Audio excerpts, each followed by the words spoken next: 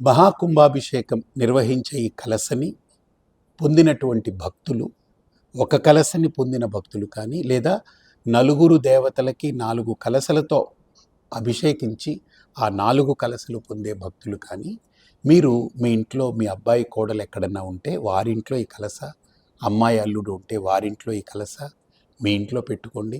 అలాగని ఇంకొకటి, ఎవరైనా మీకు బాగా ఆప్తులు ఆంతరంగికులు ఉన్నారు, వారికి ఇవ్వాలనుకుంటే వారికి ఇవ్వచ్చు. లేదా కొంతమంది ఈ త్రిమూర్తి వ్రతమని చేస్తారు. అప్పుడు 3 కలశలు పెట్టి ఆవాహన చేస్తారు.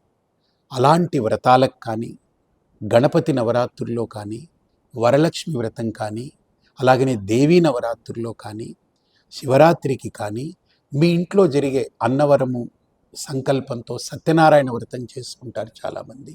ఇలా పౌర్ణమి వ్రతాలకు కానీ, మన ఇంట్లో జరిగే సకల వ్రతాలకి ఐశ్వర్య కలశము మీకు అమ్మవారు పంపే కలశం.